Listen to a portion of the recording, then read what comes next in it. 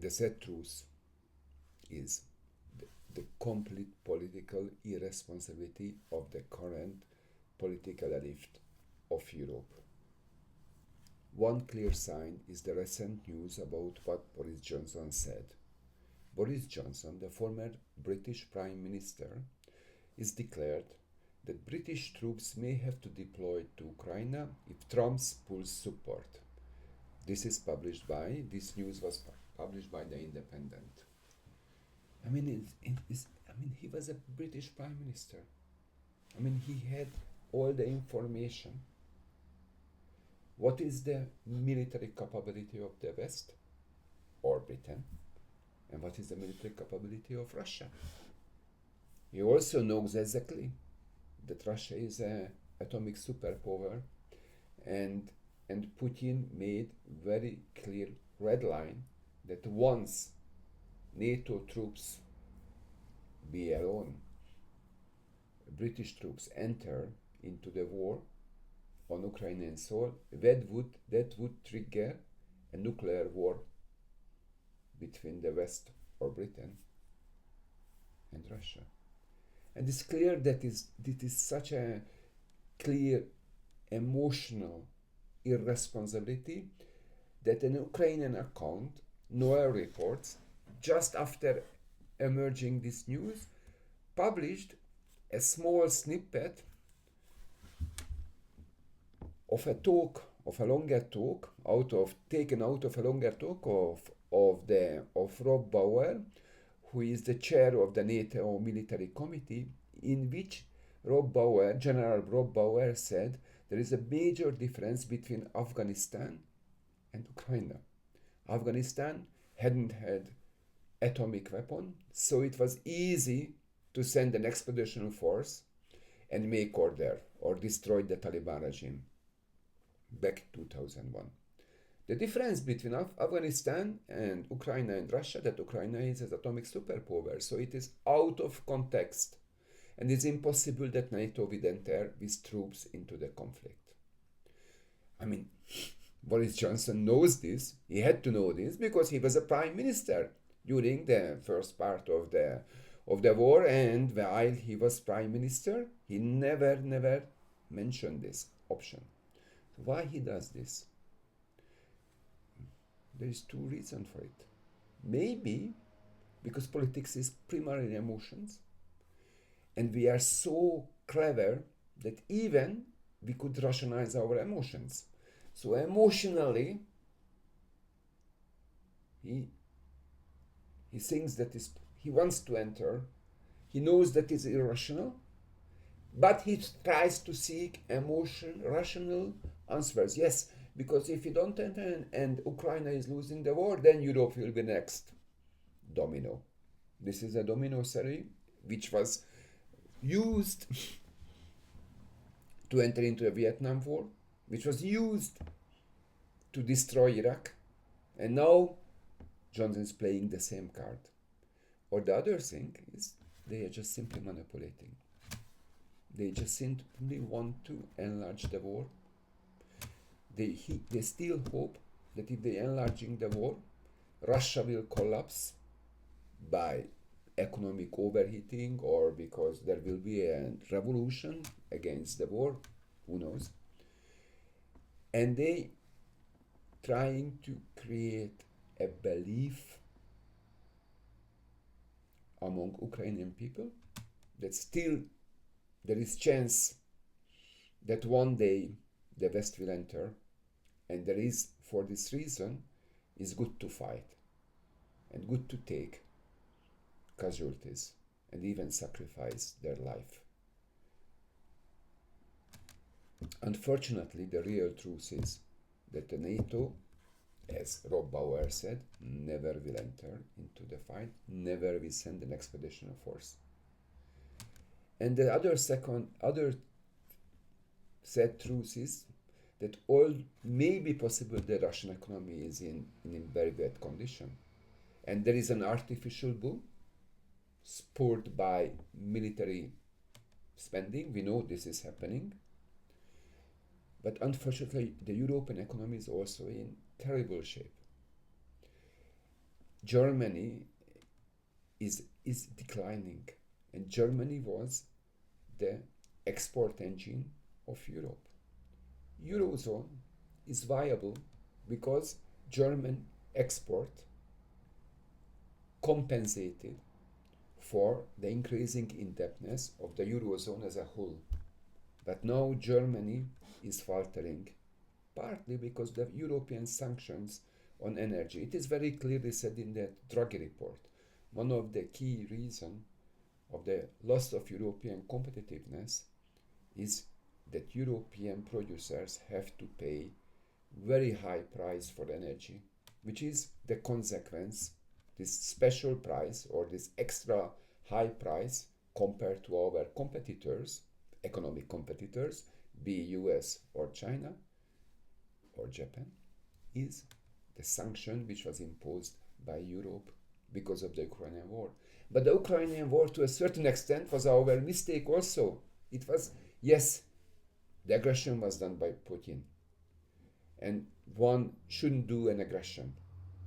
And there is the key responsibility in this sense on Putin. But the other side, there was an intentional geopolitical shift and trying to turn Ukraine part of the Western Alliance and to change the major geopolitical balance in between Russia and Europe. Unfortunately, this is what is provoked the Russian aggression. I think it was made a major mistake on behalf, because I'm also part of the West and I'm also part of Europe, and I'm very concerned about the future of Europe. To a certain extent, I'm more concerned about the future of Europe than the future of Russia or the future of Ukraine, because I'm a European citizen, I'm living here. I am also suffering because of the high prices, and my future and the future of my children is also dependent on whether Europe is able to maintain a competitive economic system. And part of the competitiveness is cost competitiveness, and the other part of the competitiveness is to be as free trade as possible and not to close out major region of the world because of political reasons. Because this is a simple loss of markets for European producers, and it was given freely for Chinese producers the Russian market. It's a major market, and Ukraine is destroyed.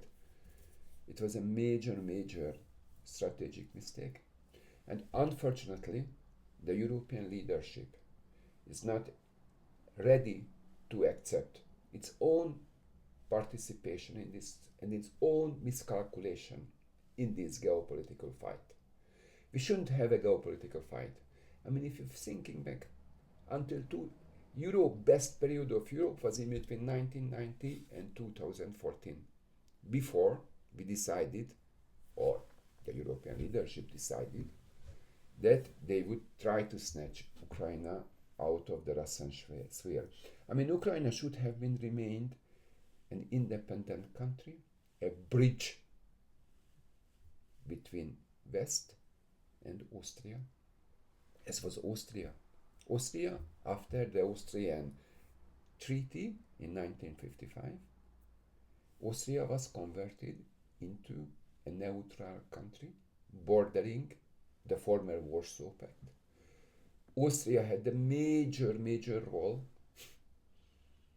in being a bridge between the West and the East, in the opening up of the Eastern Warsaw countries, or the Eastern Central European Warsaw Pact countries like Hungary and Poland, and to show that it's possible to live together.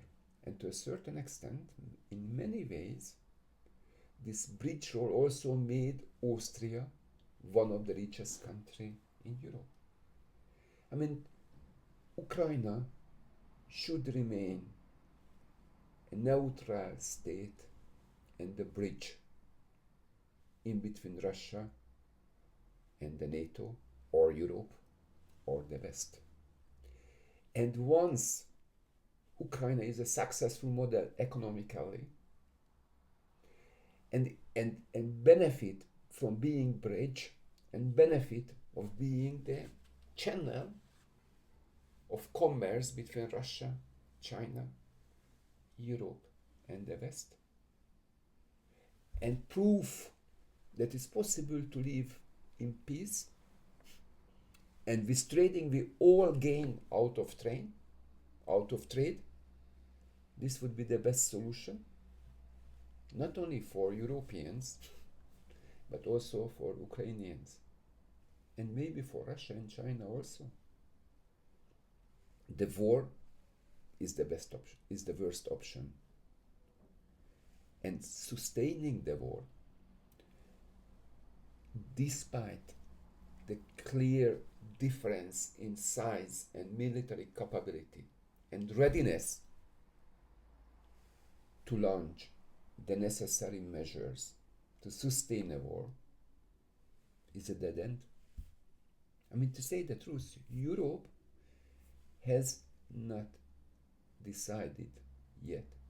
This is the third war of the year. So we are entering in the third year of the war soon, and Europe has not decided yet to launch its military rearmament. We are still, most European countries is still around 2%. I just read yesterday in the Financial Times that France, which is maybe the biggest European military power, is still below 2% of spending on military out of its GDP, of her GDP. Europe is not ready to support, is not ready, Ukraine is not ready to sacrifice the pensioners. This is what Scholz said, that pensioners are much more important than the Ukrainian life. So why still politicians creating this emotional drive, creating this war-like situation, emotional situation? It's better to be clear-eyed, making the SWOT analysis, what is the strengths and the weaknesses of our position.